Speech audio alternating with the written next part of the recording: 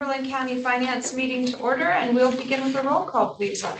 Commissioner Nieder. Here. Commissioner Fauci. I'm here. And Commissioner Eichelberger. I'm present. We will open it up to any public comment. Is there anyone here wishing to make public comment at this time? If there's anyone online, please use the raise your hand feature. Audrey, is anyone on there? Nope, I'm not sure. Okay, sounds good. I'll raise my hand. Okay. We have someone in the room. Yes, hi, how are you? Hi, could you please introduce yourself? Yes, absolutely. My name is Frank Tamanini. Hi, Frank. I'm a resident of the county. And I'm here to speak on behalf of NAMI. I would wait until later, but I apologize. I have a Zoom call with mental health professionals later. It's been, it's kind of urgent. So, Okay. So it's very difficult to find mental health services in Cumberland County and just about anywhere. We all know the stories of the healthcare industry being underfunded, individuals are underpaid, and appointments can take several months for services. I can speak from personal experience that it's a very frustrating situation.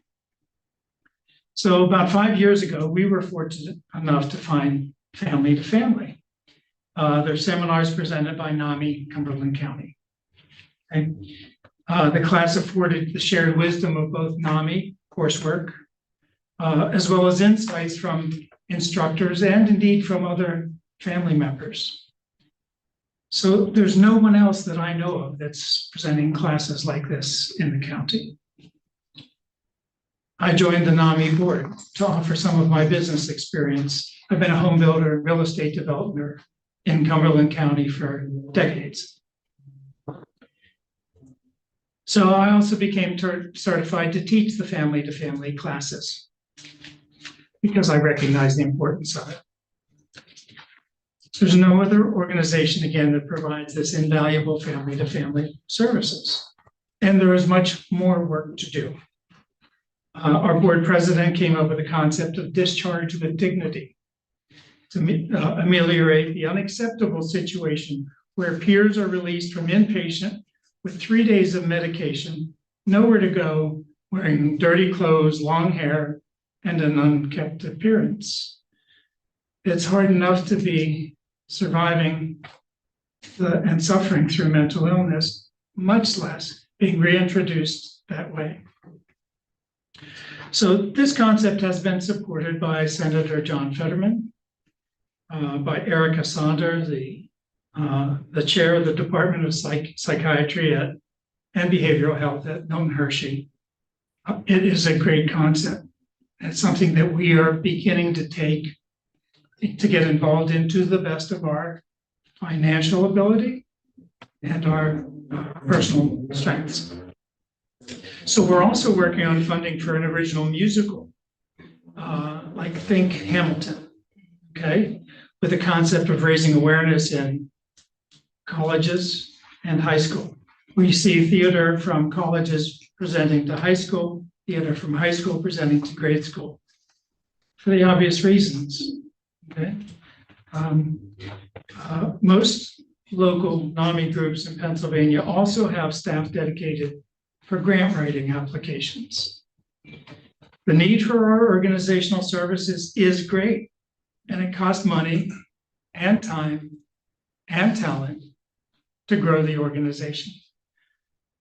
So NAMI Cumberland Perry needs funds to hire additional staff to coordinate, fund, and run these projects.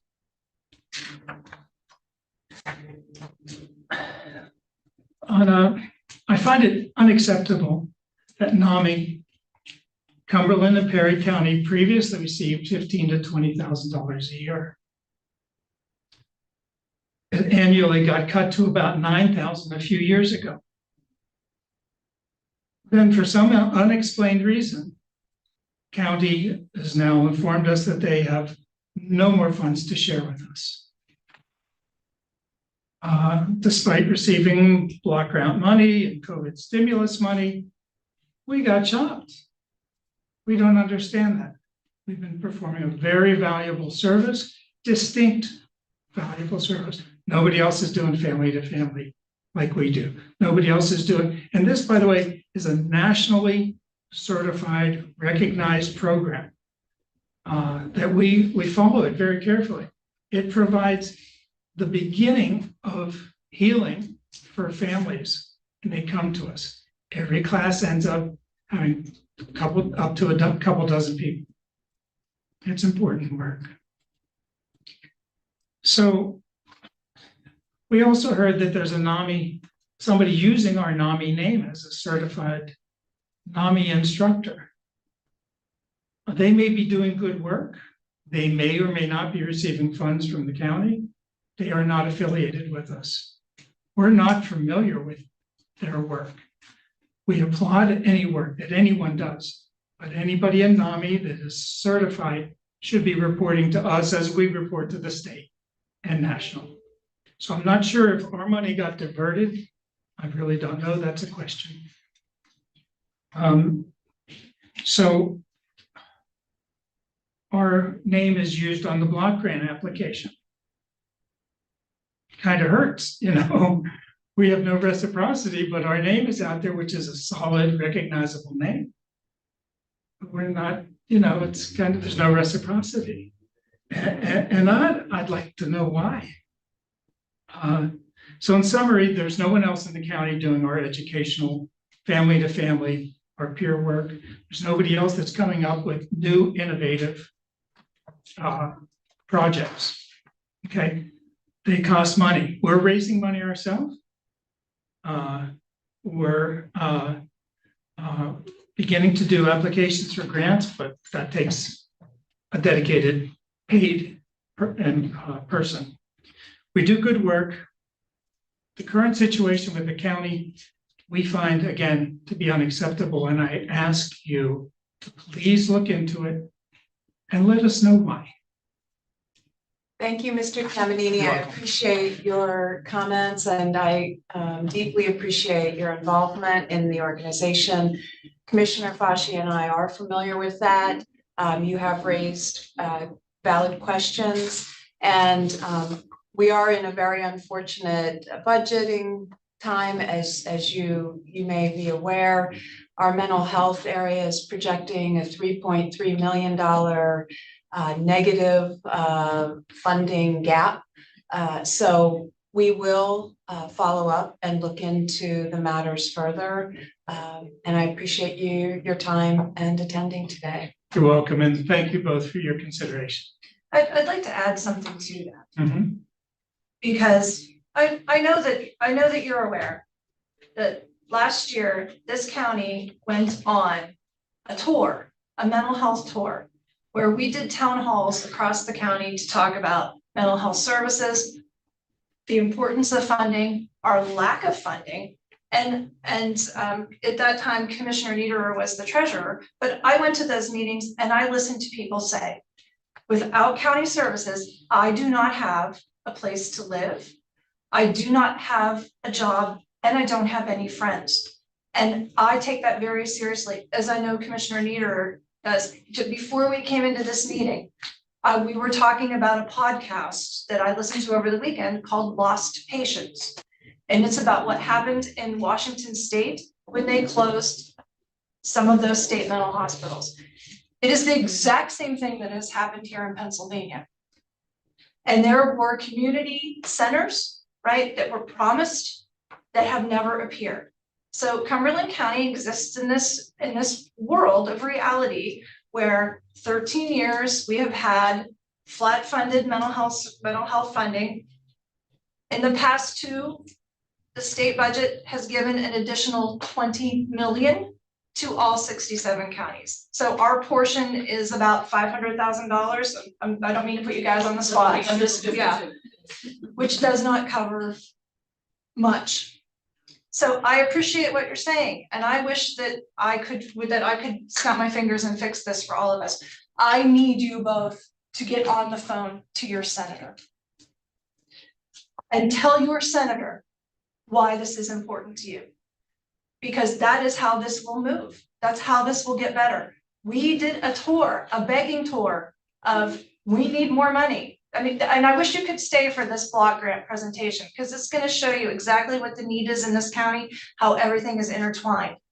Please call your senator, have the same conversation with that senator, because it's so important. It's gonna be a piece of moving this forward. But a $3 million deficit is very serious, and where does it come from? It's very serious. The funding, we had been receiving funding previously. I guess that's what we find difficult to swallow. And we will look into that. It's actually, your timing is quite good, as we are currently in the throes of our budgeting Yes. process, and that has begun here at the county. So we will evaluate that and get back with you or with the organization. So appreciate that, and I want you to know we will be a force multiplier of whatever funds you are able to send our way. Thank you very much. Thank you. Thanks. Yeah, I want to speak to this as well. So, Mr. Tolan, thank you very much for your involvement in this.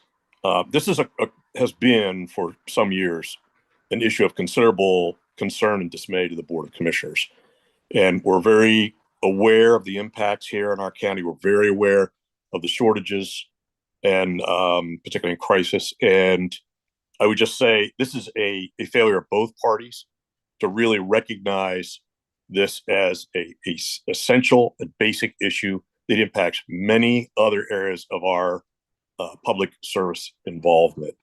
And candidly, we need to do a better job of getting the legislature's attention, and that failing is widely shared. But we need to build a coalition. I've been emphasizing that for several years, and your organization can play a valuable part in that.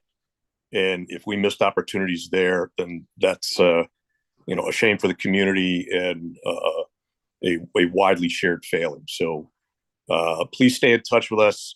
I would say we're going to certainly be asking our folks internally, who seem to be very on top of the issues, very aware of all the organizational players and what benefits they bring. But this is going to be a difficult issue, and it's going to be a difficult issue for some time. And it's not just a matter of calling your senator. It's we've got to engage the entire state government. These budget failings are owned as much by the party that's in power as the party that owns local offices. But we've got to learn to reach beyond our own county and to participate in a broader effort that's going to engage the entire legislature. And there are many political obstacles to that. My hope is this board can circumnavigate some of those obstacles and play a more positive role than what recent events have shown. But thank you again for your effort. We are listening. Thank you, sir. I appreciate that. All right. Is there any other public comment anyone would like to make at this time? Here. I have to add this. The County Commissioners Association of Pennsylvania last year lobbied the state, both houses, saying we need a $1.3 billion investment in mental health statewide to just make it even. Didn't get it. It was a very serious lobbying effort. Please call your senator. Please have a conversation. And if you have other people that will make those phone calls and have that conversation, that's, I think, will make a huge difference. Public will make a difference in changing this. Thank you. We have called, and so we share some of the frustration. I understand. Money spend it for the prisons or spend it for Exactly. Which way do you spend it? I know, and I'm not trying to derail this or hog public comment, but I think you're right, Mr. Tamanini, because I know that as soon as we don't have mental health services, we're going to pay for it maybe triple. That's right. In other ways. I'm with you. I agree with you. Thank you. Great. We will move through the agenda. If anyone would like to make a motion for the approval of the minutes of the August 14th meeting. So moved. I'll second. All in favor, say aye. Aye. Aye. We have listed several topics for discussion, and first is the discussion and possible motion to approve the cooperation agreement with CCIDA. Is anyone here going to speak to that issue, or is it just going to be a discussion of the board? I believe it's a discussion. Okay, that had been presented to us. We've had some correspondence on that with our solicitor and those of the IDA. Is there anyone interested in having further discussion on it, or would someone like to make a motion for approving that cooperation agreement? I'll move to approve the cooperation agreement with the CCIDA. Is there a second? I'll second. It's moved and seconded. All in favor, say aye. Aye. Aye. All right, we will go on to the next item up is the CPACE program. Kirk Stoner, I believe, is going to be addressing that. Okay, good afternoon, commissioners. Good If afternoon. you recall, on April 4th, we had a presentation on the CPACE program. Since that time, staff have met, to lay out some of the guidelines of how the program will work. We have before you the resolution to enter and also the cooperation agreement with the Sustainable Energy Fund. So with us today, we have Elizabeth Grant on my staff, who, I don't know if she drew the short straw, but she's going to be the point of contact for the program for us. And we also have on the phone. We have our finance team, we have our tax assessment team, Janet Anderson's on the phone. So it's really instrumental in putting all this together. I asked Elizabeth to give a few quick comments where we've been and where we're headed, and then we can answer any questions that the board may have. Sure. So in June of this year, we reviewed the program guidelines, the cooperative agreement, and the resolution, and made some edits to those with input from the solicitor. We did meet with tax assessment, finance, planning department, treasurer's office, and also economic development to kind of talk about the program administration and talk through how that would flow. As Kirk mentioned, the planning department is going to serve as the primary county point of contact, working with Sustainable Energy Fund as the program administrator. And we kind of outlined those roles and responsibilities. So the documents have been finalized that are before you. The one document that still is in finalization would be the statement of levy and lien, which is more about the program administration. And then the program guidelines would be prepared by SEF upon the acceptance of the resolution and cooperative agreement. Very good. Was Brian prepared to make any comments, or? Just answer questions, when to make sure this program manager, he's available to answer any questions the board would have. Okay. It's a program that I am familiar with and I think could add great value to a number of projects, either, you know, in a redevelopment process or in a ground up development, you know, project. So I am familiar. I appreciate all of the time and attention that has been paid into setting things in motion. But I don't have any further questions at this time. I know we are going to want to see the lien information once that's available. But Jean, Commissioner Bashi, do you have any? If I'm understanding correctly, then planning is going to handle our end of this. You know, processing, right, we would work with Sustainable Energy Fund to process incoming applications and route those to the appropriate department so that the tax assessment could be applied. Okay, and we can keep this all in county. Other than Sustainable Energy Fund. Cumberland Area Economic Development Corporation would be assisting with promoting and connecting us with potential businesses and commercial property owners that would be interested in utilizing the financing. And Janet's on the line. I believe so. I'm just wondering, is Katie ready to go? Yes. Okay. So I'm not sure if she's there. She sent me an email yesterday indicating they're ready to help promote the program. Okay. And it's establishing the process internally once those payments will be made that we have that resolved as well. So that's. So I know, so Dana and Kathy were in the finance team really instrumental. I think we're looking at routing this as part of our normal tax billing process, right? So that's not a new process, it's something integrated with what we already have. We're still working on that. That's the goal, is to, so that it is part of it. Worst case scenario, it would be a manual process, but it would be longer. Minimal. And We're not going to have a plethora of these out of the gate. It will take a little while and allow us time for ramping up, I'm sure. So, very good. We expect, from our standpoint, we expect Sustainable Energy Fund, they have contacts for projects. CADIC's out and about, they have contacts for projects. So kind of planning department role, if people kind of cold call, hey, what is this? We can help them, but it'll be routing them largely to Sustainable Energy Fund and or CADIC to get more information on the process and get them to the right people to talk to. I think that's the absolute right path. So thank you. Okay, thanks. Yeah. Appreciate it. In terms of action, so we were talking about action. I think when the board schedules this for action, let us know. We need to notify our municipal partners. So it's a requirement of the CPACE program. We can do that by email, but we can do that. So as soon as you get the meeting schedule, let us know. We'll send that out. That should be the last piece that we need to have the program up and running. Okay. Kirk, and it would be my intention then to, and Stacy, try and get this onto the next available agenda for action. So that would work with the notification to the municipalities, Kirk. So whatever you two resolve on that. If there are any other questions, we can reach out to you directly in the meantime, or Brian. Okay. The next BOC meeting is on August 29th. So if you feel like that's enough time to answer any last questions you have, we could provide that instruction today. Okay. That's the date that we would work with.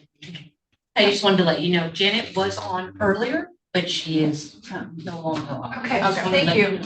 Thanks. I'm fine with August 29th ESC meeting. Yeah, Would that work for you? Absolutely. Commissioner Eichelberger, would that work for you? Yeah, that's Or do you fine. have at this time? That's fine. All right. That will be the next plan for action. Anything else in the group? Okay, thank you very much. Next up, we have a public hearing regarding the 2024-2025 Human Service Block Grant Plan. Robin. Yes, hi. Hello. I'm Robin Tolan from Cumberland and Perry County's Mental Health Office and contact person for the Human Service Block Grant Plan. The Human Service Block Grant Plan, as some of you may be aware, it contains 5 different categories: mental health, intellectual and developmental disabilities, substance use services, Human Service Development Fund, and the Homeless Assistance Program. For the first 3, mental health, IDD, and drug and alcohol, were jointers. So we have the plan encompasses both services in Cumberland and Perry counties. And per the state, we submit only one plan for those 3 services because we're a jointer in those areas. So the plan was distributed about 2 weeks ago. Actually, I think it might have been 3 weeks ago now, as per required, so that folks had opportunity to review it and take a look at all of it. It's about 100 pages long. Probably about 60 of those pages are mental health. And as we have talked before, mental health is a substantial part of the funding aspect of the Human Services Block Grant and provides the most services for our individuals in need. So under the mental health section, under the overall section, there are pieces on the county planning aspect, stakeholders involved, the statements regarding the ways we intend to use the funds available being the least restrictive, and that is a primary aspect of the funding, that we're using it for least restrictive services, meaning that we're not jumping to the most costly, most intensive, most, services that would maybe remove people from their home environment or things like that, institutionalization kind of things. We are very much wanting to keep people in the communities, and that's where the funding is assigned to. So we have had already 2 public hearings. One was on August 12th through our community support program meeting. During that meeting, we had about 10 folks give testimony, and I'm not going to read all of that testimony, but I did bring copies of those because they were given during that meeting, but they're not in the plan that you would have received, okay? And then a lot of that information was related to the services and supports that those individuals receive and how valuable those supports are. And I can talk about that in a little bit, but in terms of the mental health portion of the plan, there is for the entire plan, there's a template that we have to follow per the state. It's not just us writing whatever we want, but areas that they want to have addressed. And the first part of the mental health portion is related to some program highlights, things that are highlighted in our plan and in our service delivery. Probably the biggest thing, obviously the biggest thing is our deficit. As the commissioner said earlier, we've had a $3.3 million deficit for this past fiscal year. The previous year was about a $3.1 million deficit. We were able to last year get some funding from the state, get some funding from reinvestment, and to get some funding from the commissioners, from the county government, to be able to fulfill that and make folks sustainable. Make our providers sustainable. For this year, we're still working on some of that in terms of where some of those funds might be able to come from. And then moving forward for this current year, trying to determine what services we are able to afford to provide, honestly. And our goal has been to continue to try to sustain as much of the direct care services as we possibly can. The largest area, the biggest area of our funding need are 24/7 programs.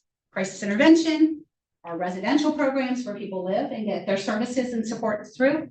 Those are our largest categories, our largest line items, I guess, because of the need for the 24/7 staff, for the, all of the volume of folks that participate in those services and that service delivery. And they are also the services that provide the most support to the individuals in the communities. Obviously 24/7 means someone's available all the time. And that is what a lot of the folks that we provide services to need. So that has been a huge goal area, a huge focus area for our planning process. Another highlight for our plan has been the use of the ARPA funds, the American Rescue Plan Act funding. There were projects that identified some mental health and physical health needs, and those projects were funded through the ARPA grants through the county, and that was very well received. One of the areas was to work with Penn State Health Forestry Medical Center for the psychiatry residency program. And that has been utilizing psychiatry residents in several of our other mental health facilities, mental health agencies, to be able to hopefully give them some training in community mental health, and then hopefully get them interested enough to remain in the area or at least remain in that field. So that has been for the last year, Annie, in play? Yeah. 2 years? Okay. So that's been another great highlight for the last year of the planning process. Another part was our crisis intervention team development. That is providing additional training to law enforcement in better supporting individuals with mental health needs in the community, so that they can hopefully get those folks to the right services that the individual needs versus incarceration. And that obviously we want that to be the absolute last resort in that situation. So there are CIT trainings being provided.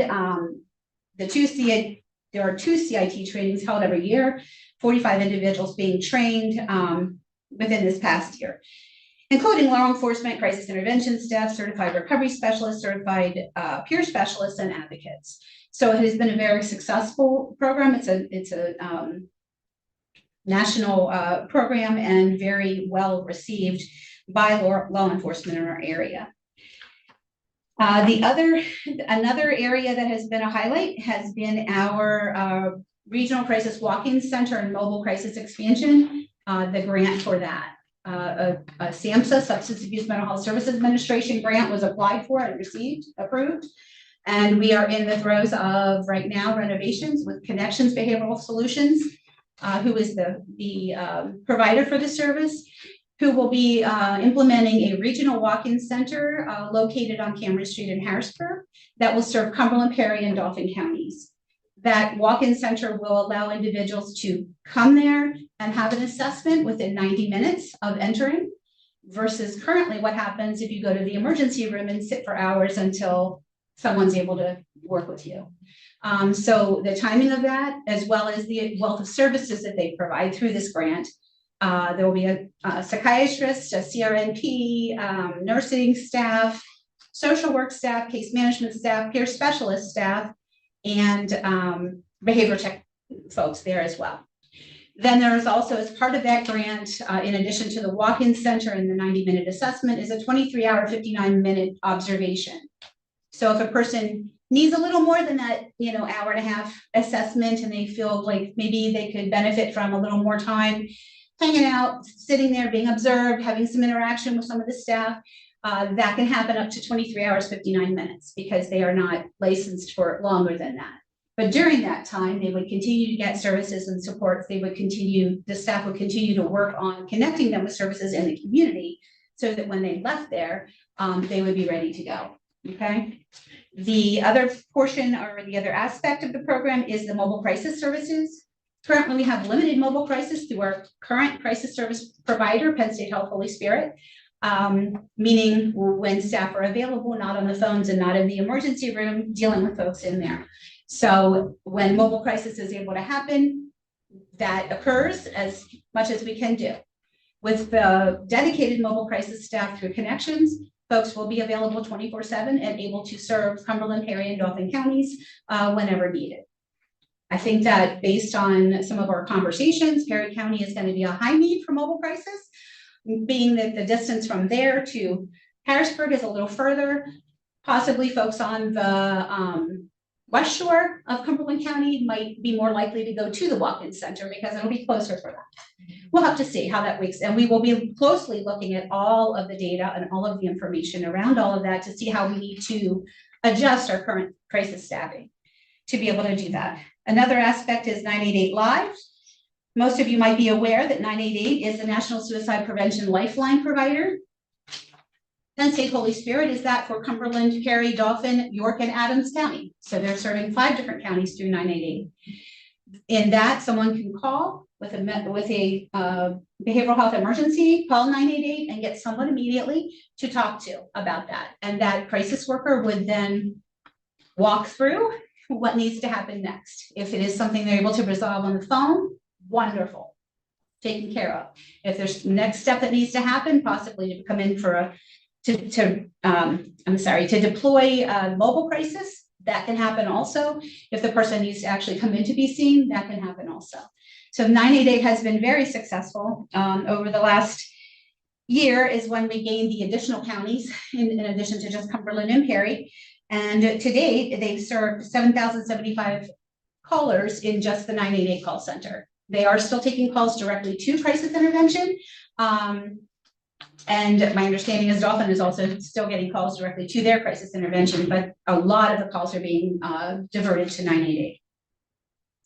And then the last area that we talked about in our highlight areas were the need for the system-wide advocacy, continuing to advocate to improve the funding and the services to improve the funding to keep the services that are currently being provided, and hopefully be able to expand those services to better support the individuals that have those needs.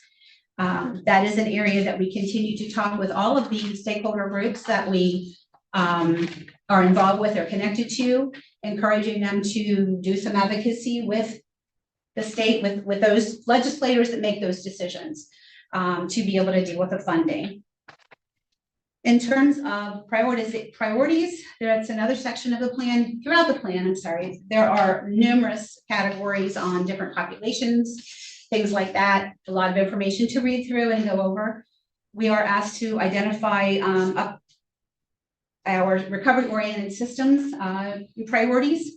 For those, our first priority is what I mentioned earlier, monitoring and maintaining our services and supports due to the potential budget deficits, and really looking closely at what we can do there, like how we can make everything that this wealth of services that we've developed over the years. Commissioner Fashi mentioned the state hospital closure. We went through, Cumberland Perry went through a state hospital closure back in 2006. And we were able at that time to develop a lot of programs within the counties. We were able to develop several different types of residential programming. We developed our drop-in center or social rehab programs. We developed our psych rehab program. There were a lot, peer specialists, a warm line, a lot of programs that were developed. Unfortunately, that funding did not stick around enough or did not get increased enough to keep up with inflation, with today's times, with what, the costs of doing business for any of those things. So that is an area that we've continued to try to work with everyone we can think of to advocate for better funding, more funding. Commissioner Fashi mentioned the $20 million. That was across 67 counties last year. It's across 67 counties this year. It doesn't come out to very much, and it probably doesn't even meet the amount of inflation that we're experiencing. It certainly isn't enough to give cost of living raises to any of the employees that are in those services that are providing that direct care to individuals. So that is an area that continues to be a priority. The second priority is related to the progression toward the alignment with the SAMHSA best practice, the Substance Abuse Mental Health Services Administration best practice related to crisis intervention services. And that includes the walk-in center and the mobile crisis that I spoke about earlier. Those are significant priorities to bring us in line with how those what those federal standards are for those services, and to be able to then get those services licensed in that way to move forward on that and hopefully get some additional funding. There is an initiative to also work with private insurers to pay for those services. Currently, they do not. Currently, the services are paid for by medical assistants or the county, and that's it. Those are the only funders of that service of crisis intervention. No matter if the person has insurance, they can't bill for it. The provider cannot bill for it at this time, but that is being worked on. The third priority is our PULSE, Preventing Unnecessary Loss Through Suicide Education. That's our suicide prevention program. That is extremely imperative to continue. We had seen a bit of a decrease initially in suicide occurrences when we had started our initiative. Unfortunately, we are also this year seeing an increase in suicides again, having actually experienced 3 in the last week, which is very devastating. It's very disappointing. We do provide various things through the suicide prevention initiative, such as QPR, Question, Persuade, Refer, which is our training on identifying individuals who might be at risk of suicide and then helping that person get connected to an individual or a facility that might be able to provide them the help that they need. The other area that we try to work on with suicide prevention is support groups throughout the community. There's several support groups that have been initiated by individuals that have that lived experience themselves of a family member or even themselves with suicide, and developing some supports for those communities. Then the fourth priority has been supporting our forensic initiative, which involves, there also was an application for a forensic LTSR, long-term structured residence. And what that means is a facility, a residential facility that is specifically for those individuals that have a criminal background, as well as a mental illness. Many folks coming through that system end up with an incompetent to stand trial designation, and many times we're at loss as to where we go from there. We expect that a number of those folks are going to be referred to this forensic LTSR and be able to be supported in that way in the community and not in the prison system. Along with that, we hired a forensic liaison specialist, Christy, to help with the Stepping Up initiative, working with the prison and identifying those individuals who have both a mental health need and a criminal charge, and be able to better support them, develop ways in which that can be diverted versus having to be incarcerated to get any assistance. So those are things that the Stepping Up initiative is working on, and Christy has been identified as the person who's going to take charge of that initiative and do good things, of course. So in terms of, that's just a brief overview of the mental health component. There's a lot more information in the plan for that section. Please, my information is on the front. If folks do read it and have questions or whatever about any of those parts, reach out to me.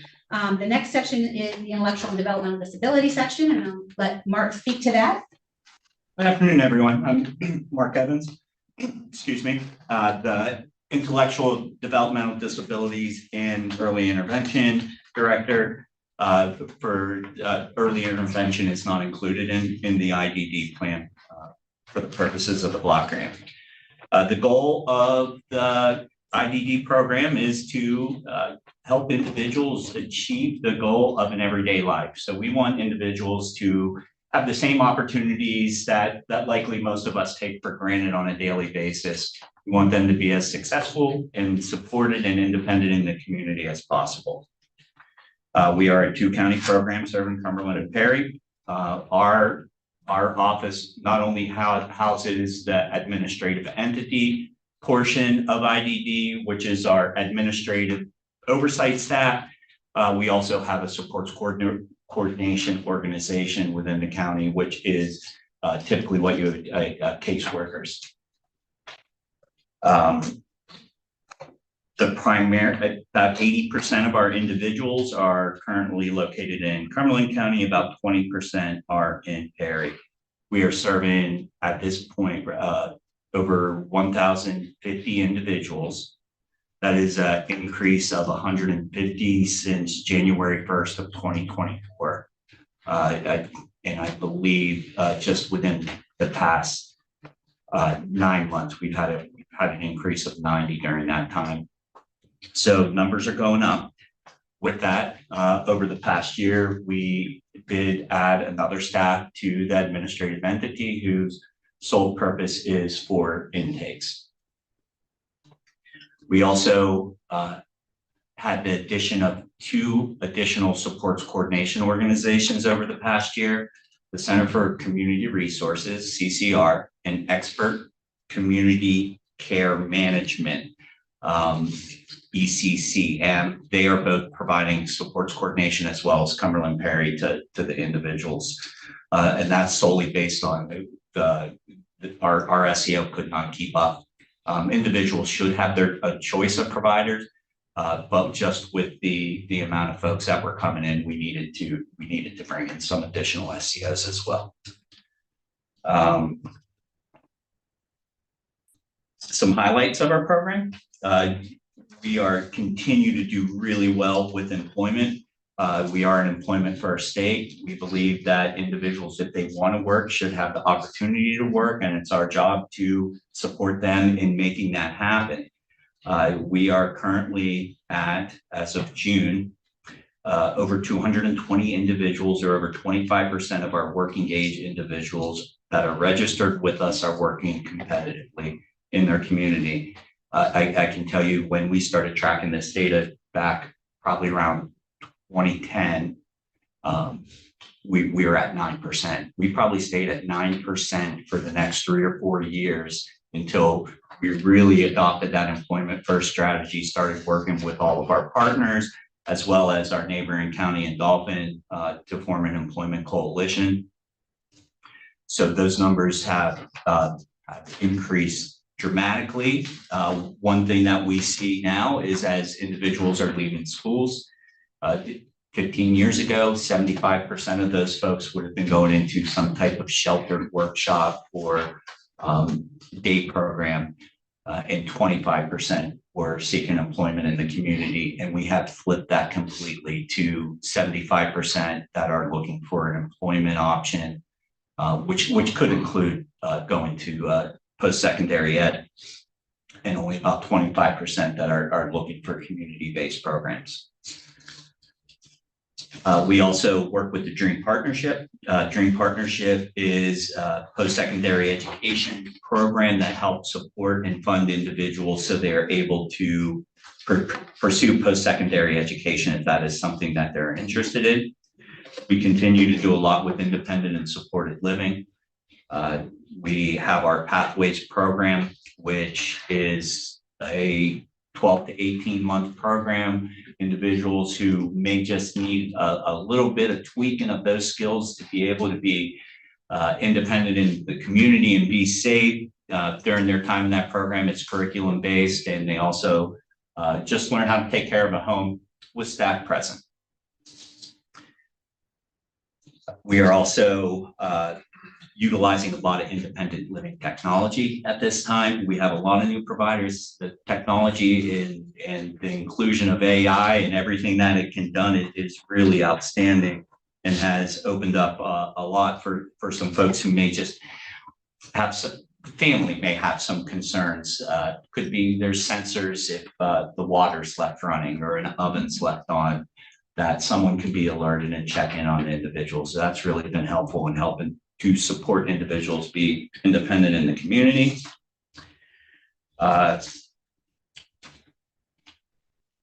We also continue to do a lot of cross systems collaboration with our friends on the mental health side, as well as children and youth, and the aging team.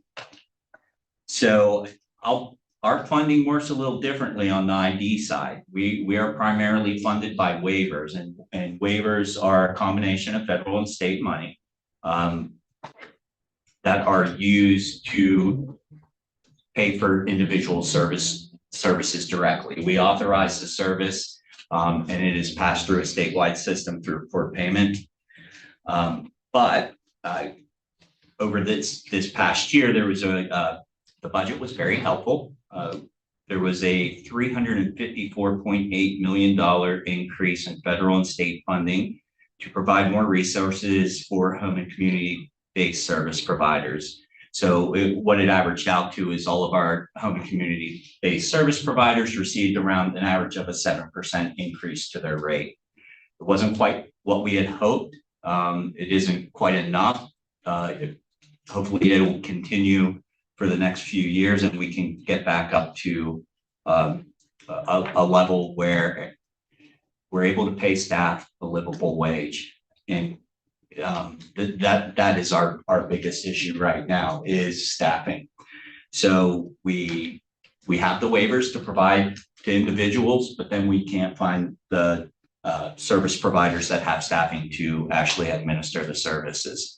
So we're hopeful that this rate increase will help alleviate some of that. It certainly isn't going to completely get rid of the problem, but it would be helpful. There was also within the budget about $75 million included to assist in clearing their emergency wait list. Cumberland County, we have currently 141 people who are on that emergency wait list. And this is after we got the biggest initiative we have gotten in my 20 plus years at the county earlier this year. Those were gone almost immediately. So if we got another allocation like that today, it would be gone by the end of next week as well. So we're certainly using the funding and getting it out to the individuals that need it. We could always use more. So I will take any questions if anybody has anything for me. Hey, Mark. Yes. I do have one question. So in terms of the staffing crisis among the providers, is that geographic specific? Is that just a statewide issue, or are we above the state average on that? And is it region wide, or what does that look like? It is statewide. And we have a couple aggressive providers in Cumberland and Perry that have really invested in their staff wages, and those providers are successful in being able to fill all their vacant positions. Okay. All right. That's all I had. Thanks for the answer. Thank you. The next session. Oh, sorry. Oh, no, I was just going to say, Mark, I appreciate, because of the gloom and doom presented by Robin, it's nice to hear some positive and progress being made in one component of it, so. I'll always try and work something in. All right. But I think that in both of your presentations, right, I think we're hitting in some aspects a piece of the exact same problem, and that is an explosion of population and a funding formula in both aspects that has not changed. In the case of mental health, right, those dollars that are not the new 20 million are still on an old funding formula, and even though some funding formula changed, right, still not quite, it's not what we need.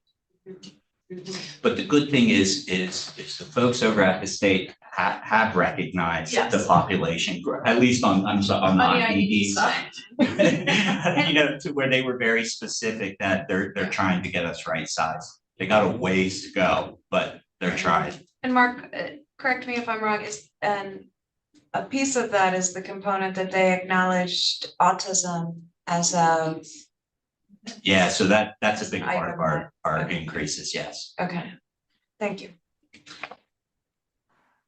So the other next aspect is the substance use disorder, and I think Jack Carroll was going to be online. Is he? Okay, there he is.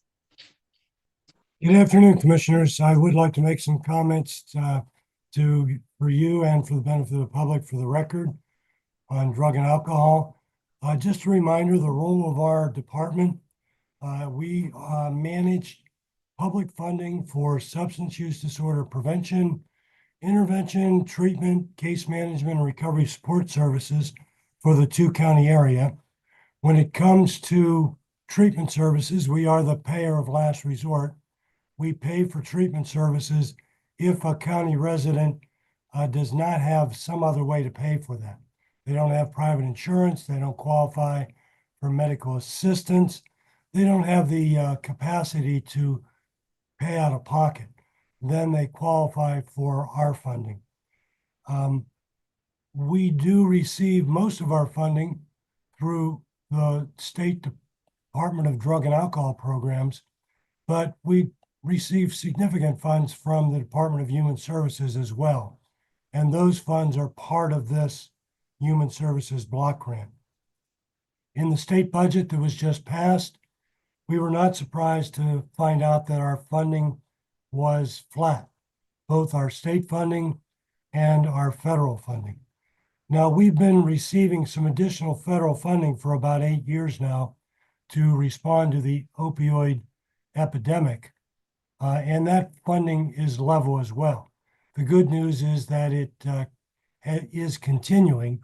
We're concerned that at some point that funding may cease, but because there's no indication that the opioid epidemic is going away anytime soon, it does look like that funding will continue for a while. Our top priority for the 24-25 fiscal year is the same. It's continuing to address the current opioid health crisis. I'll give you some updated national stats from the Centers for Disease Control. They estimate that in calendar year 2023, there were over 107,000 overdose fatalities. This is actually a slight improvement, a slight decrease of about 3% from 2022, but obviously it's still at epidemic proportions and demands our continuing attention. The current overdose fatalities, both nationally and locally, a majority of them seem to be related to the opioid fentanyl. That's been the case for several years now. Fentanyl is now showing up not just in heroin, but also as an adulterant in methamphetamine, cocaine, and in counterfeit prescription pills. Another factor is xylazine, a large animal tranquilizer, has begun appearing in the local drug supply, particularly for heroin, and it's appearing as a factor in an increasing number of overdoses and overdose deaths. In Cumberland County, based on data from Charlie Hall, our county coroner, in both calendar year 2022 and 23, there were 39 overdose fatalities. It was level across those 2 years. This is a significant decrease, 23% decrease from 2021 and a 43% decrease from 2020, but obviously way too many to be considered acceptable. The mid-year numbers for 2024 give us some reason to be optimistic. As of the first 6 months, there were 14 overdose fatalities. It would suggest a significant reduction if that trend continues. We know that we can't count on that, though. All it takes is for a particularly lethal batch of heroin or now cocaine or methamphetamine to make its way into our communities, and we could see a quick spike. Our agency's priorities were areas of focus for 2024 are number one, to continue to increase access to treatment across the board. Number two, to continue the work that we've been doing to flood our community with Narcan and make that readily available as a response if and when overdoses do occur. And to continue to expand our education, prevention, and early intervention efforts with youth. Regarding treatment, much of our increased federal funding has been focused on expanding access to medication-assisted treatment. All 3 FDA-approved forms, methadone, buprenorphine, and naltrexone. In the last fiscal year, 23-24, we did see a significant increase in the demand and the cost of county-funded substance use disorder services. One of the factors at play was we also saw the end of the public health emergency for COVID. As a result, many Cumberland County residents who had been receiving medical assistance coverage for years had to re-enroll, and we saw a loss of medical assistance recipients among Cumberland County residents. We saw 8,600 fewer Cumberland County residents receiving and being eligible for medical assistance services. Some of those folks, if they needed funding for drug and alcohol treatment, then turned to our agency. We also have higher rates for our treatment services as we've been incrementally increasing rates to try to address our providers' challenges with recruiting and retaining qualified staff. Commissioners, you're well aware that as a result of recent lawsuits, the Cumberland County Prison inherited a new responsibility of continuing to provide MAT for inmates as they are admitted to prison. And that legal mandate is now being expanded to be able to initiate MAT for inmates with a documented opioid use disorder upon admission to the prison. Thankfully, although there hasn't been an increase in state and federal funding, the county has started to receive opioid settlement funding. And the commissioners made the decision to cover this new unfunded mandate for the prison with some of Cumberland County's opioid settlement funds. In fiscal year 23-24, we did see the cost of drug and alcohol treatment services for Cumberland and Perry County residents exceed the state and federal funding we received. We ended our fiscal year with a projected deficit of about $450,000 to $500,000. We did approach the commissioners with that concern, and they also did earmark some additional opioid settlement funds to help cover a portion of that deficit. We've been able to approach the Perry County commissioners as well, and they likewise have earmarked some of their funds. And we did go back to the state and ask for additional funding. So we've been able to reduce that deficit significantly. We're now looking at a deficit of less than $200,000 that we're able to cover with some funds that we have been putting in reserve for the last few years. In terms of increasing access to naloxone, which is the generic name for Narcan, the overdose reversal medication. One step that we've taken is our agency has become accepted as a recognized entity in the Cumberland County, in the Pennsylvania Overdose Prevention Program. And as a result of that, we're able to provide our first responders with free spray Narcan, courtesy of PCCD and DDAP funding.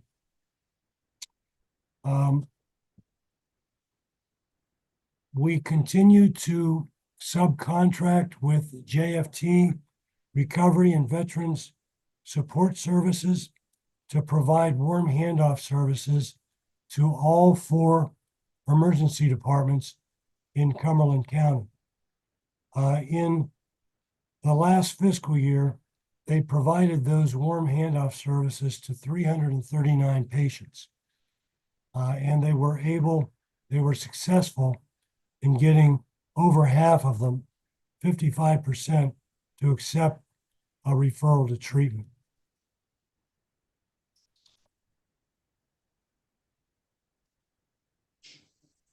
Other priorities for the new fiscal year include to continue to expand school-based prevention and intervention services. Over the last 3 years, each year we've seen significant increases in our service activity. Last year, we recorded the highest levels ever of drug and alcohol school prevention and student assistance services. We expect that demand to continue. We will continue to work with our providers on trying to improve their recruitment and retention of qualified staff. And we will continue trying to strengthen local recovery support resources that address social determinants of health regarding food, housing, employment, transportation, and childcare. And then finally, we will continue to work with the county commissioners in figuring out the best way to allocate Cumberland County's opioid settlement funds and to fulfill the trust funds reporting requirements for use of those funds. I'll also respond to any comments or questions. Jack, one thing, are we still, we're no longer experiencing any supply constraints on the Narcan, right? Where we have sufficient, adequate supplies, enough to go around to everybody. We do, yes, that's, okay. We're able to get, we have an ample supply here in our office. And we're able to obtain more if and when we need it. Okay, excellent. Thank you. Jack, thank you to you and your staff for stepping up and being able to fulfill that role of supplying that under the state program to the emergency responders. I'm sure they appreciate it very much. Thank you. So the next sections of the plan are the Human Service Development Fund and the Homeless Assistance Program. And I believe it's Kim Witten from the Office of Aging and Community Services is online. Yes, I'm here. Mine is much smaller than everyone else's, so mine's going to be short. The Human Services Development Fund, it provides funds to aging in any of the following areas: chore services, transportation, personal care, care management, protective services, and home delivered meals. We can move those funds around in any of those areas. We also contract with Contact Helpline, which is a 24-hour hotline to get information and referral on health and human services information. And then we also receive funds along with using funds in Human Services Development Fund from Children and Youth. And we have an staff person in our office for the Cumberland Cares program, and that provides in-home education and support for children from birth to age 5. And then the homeless assistance program has 4 components, which is bridge housing, emergency shelter, case management, and rental assistance. We contract with Safe Harbor, And they provide the bridge housing, which allows clients to be housed there at the facility for 12 months with a possible extension from 18 to 24 months with state approval. Emergency shelter, we contract with domestic violence and community cares. Community cares, we pay for nightly shelter at St. Paul's Church. And then domestic violence, we also pay for hotels and motels or also at their facility. Maranatha, we pay for budgeting through Maranatha, of course, doing that. And then internally, we provide rental assistance for clients who are in arrears, or we also pay for security deposits and first month's rent. And then we continue to do case management for those clients to maintain stability. And of course, we've been level funded and continue to maintain all of those programs. And then at the end of the year, if we have any funding available that move things around, we do amend contracts and ask for any additional invoices that they have and amend contracts and give them additional funding if it's available.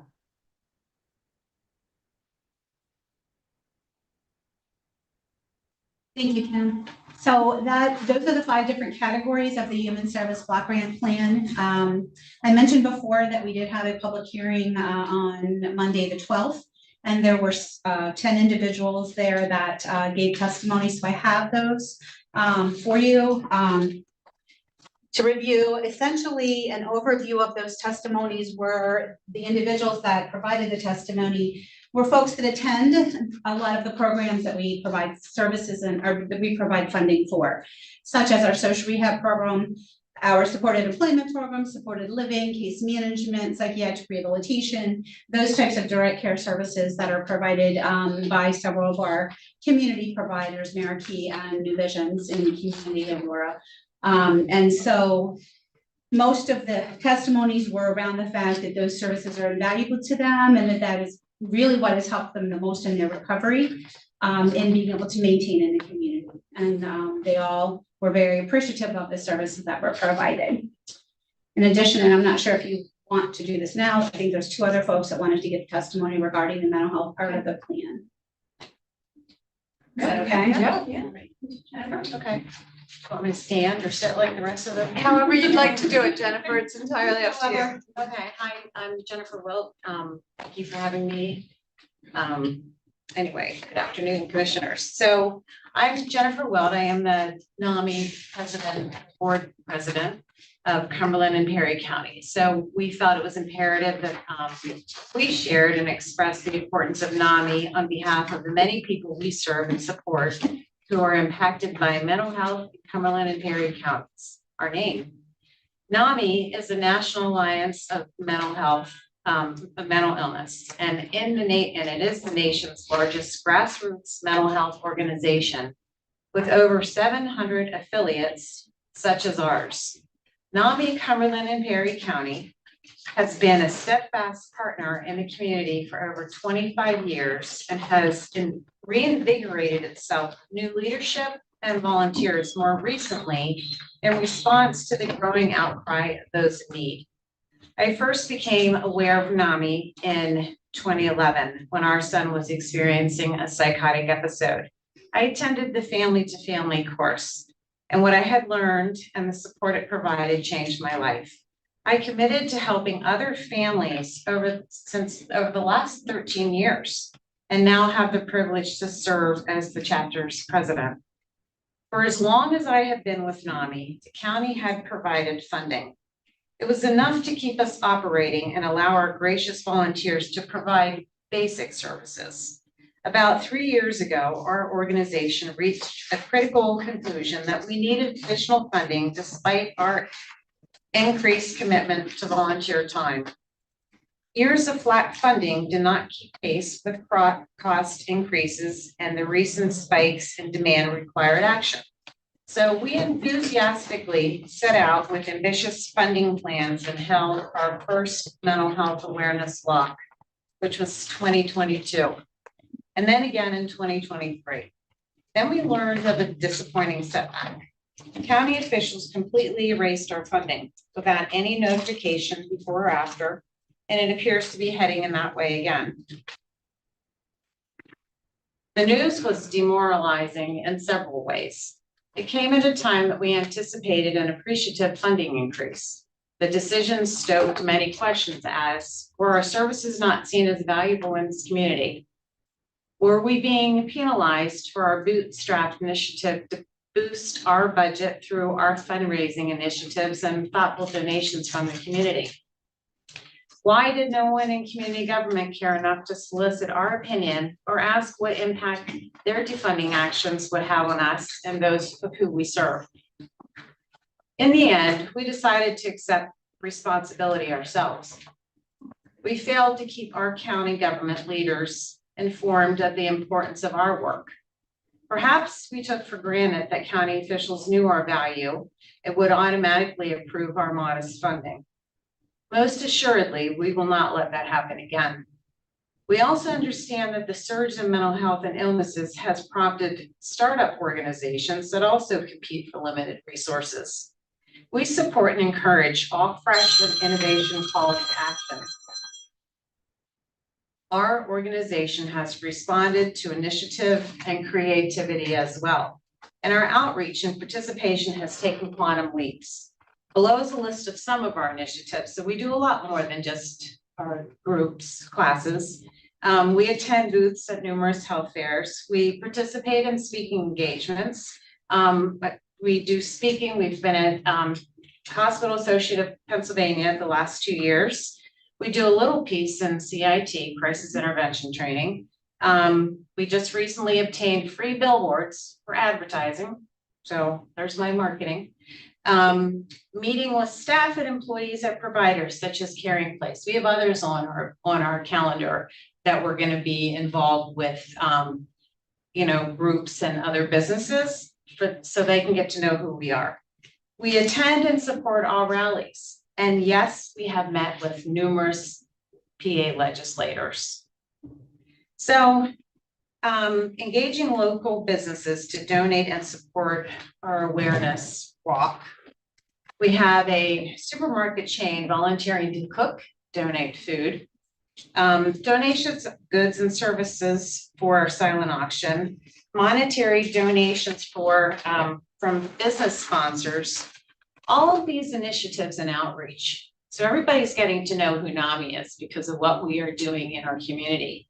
When we speak about mental health issues, people everywhere open up of how mental health has affected them or someone they know, and that suddenly helps to break the stigma barrier that kept them in silence.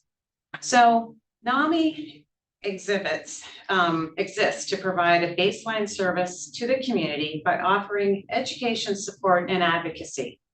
Our educational curriculums are top notch. I mean, we've been around for years. This isn't something new that was just written and continuously enhanced. We're always getting updates. Our presence is expanding throughout Cumberland and Perry counties to reach more people in more areas. We do want to correct something that is reported on your record to call attention to some misleading and just to call attention to some stuff. So there is an error in the block grant plan. We do keep statistics and track the number of attendees in our various programs. We have to report that on a monthly basis to state and national NAMI. We have also received no funding from the ARPA grant when we asked. We were told what we wrote in, we were told that we were duplicating what the county provided. We don't want to be silos. What's wrong with going out and expanding what it is that's being done? We were told that because we were receiving money from a state grant offering, we didn't need any more help. That's a 2-year grant, just like some of these other initiatives that are going on. It's a specific, time amount. Where are you getting your funding to continue your programs? And that grant is only inclusive to 3 educational classes. It doesn't help with the modest stipend. That was something that was set up to cover instructors' cost, time, a practice that the county encouraged for compensating peers. It doesn't help with any of our support classes Our rent, which we continue to pay for an office at New Visions, we pay monthly for that. That's not included in our grant, our insurance, our website, the list goes on. So NAMI is a nationally recognized organization. Nearly all counties with urban and suburban populations support their NAMI affiliates. Our peer level counties support their county NAMIs with generous funding and they include paid staff. It's hard to comprehend that the fastest growing county in the state does not see our value. But again, we intend to actively promote it. Dollar for dollar, no government program can match the value of our motivated nonprofit organization. Our members and volunteers come directly from the ranks of those affected by mental illness and give us purpose and compassion. We hope you reconsider restoring the line item to the budget and highly encourage an increase to allow us to meet the growing and vital needs of our communities.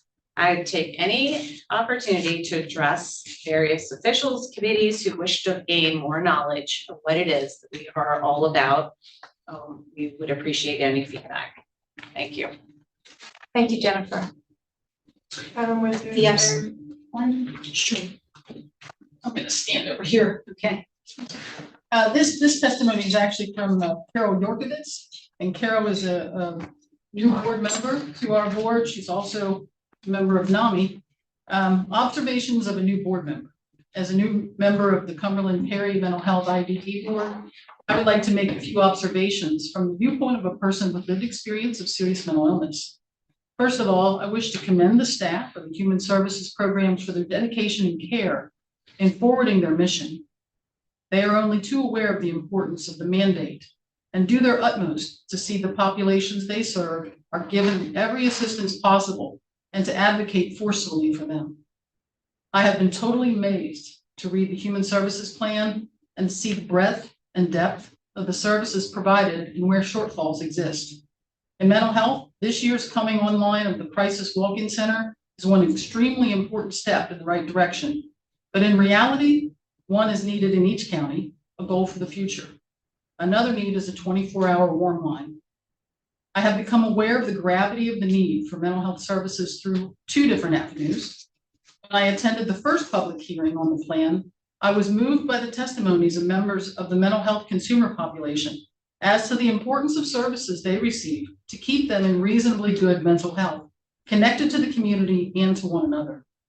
It is clear that many would suffer and be unwell, swelling in the hospital, carceral, and homeless populations if the access to these services is not secured at necessary levels.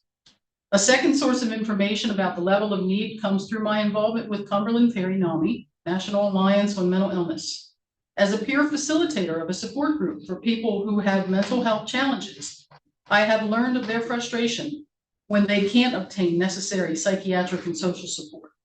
Wait times for services are unconscionable, as are the associated expenses. While volunteers with NAMI provide support for persons with mental health challenges and their families and educate and advocate for this population, I have heard firsthand how many suffer and need assistance beyond what is available. The often uncompensated time and limited energy of volunteers cannot make up for the state's lack of investment in social services. Parity with regular health care has not been achieved. All of which is to emphasize that the recent state budget did not effectively address these important needs. The Patriot News listed mental health as among the losers in the 24-25 budget. This despite the documented growth of need. A mere 20 million spread across Pennsylvania's 67 counties is totally inadequate.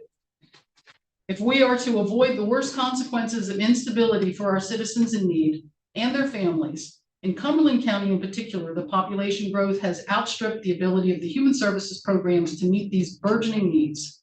A flat budget for the last 13 years speaks to the gravity of the problem, as does the unacceptable suicide rate. The looming budgetary deficit for the 24-25 budget of approximately $3.3 million complicates matters and may well lead to having to cut back on the very services that keep people afloat and well. This self-same people who are most vulnerable and least able to advocate for themselves. So I join the chorus of those who feel they must speak up on behalf and in strong support for the plan. Sincerely, Carol Yorkovitz. Thanks, Annie. Carol was not able to be here with us today, but had submitted this. I'm not aware of anyone else who was wanting to give testimony either in or online. Is there anyone online, Audrey, that's indicating that? No. Okay. So that concludes our presentation of the Human Services Block Grant Plan. There is a need for the commissioners then to determine approval of the plan, and there is a sign-in sheet that I gave to Audrey. I just need that back before August 30th when I have to submit the plan. Please. Stacy, it doesn't appear that we're to take action today. It's Correct. Okay. I don't believe I know from Angela what date she has that I have no slated idea. for. She will be back Monday. So Okay. yeah, I have a Okay. feeling it's either next Wednesday or Thursday that we'll Okay. have that Okay. great on the agenda for Angela's got it covered. And anyone that may be watching that has interest in commenting on the plan is They more can than contact- welcome to do so, to reach out Yes. to you, Robin, in Yes. order to do that. Okay.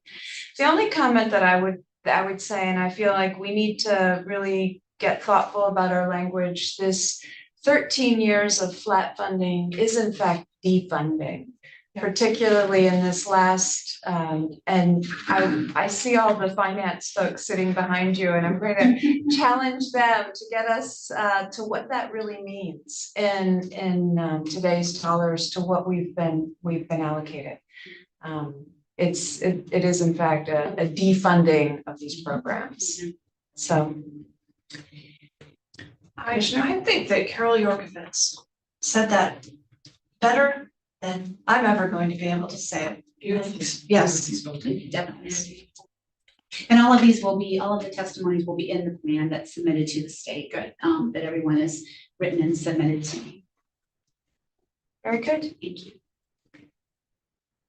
Commissioner Eichelberger, is there anything that you wanted to add this time? Not really to add. I will have some other questions. I'll just direct those to Robin, but I'll echo. I think Carol Yorkovitz's comments were very candid and very succinct and addressed some of the gorilla in the corner that has not been adequately addressed before. So thanks. Thank you, Robin, and everyone for your participation.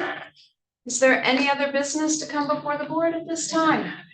Hearing none, then we'll entertain a motion for adjournment. So moved. We are adjourned. Thank you all very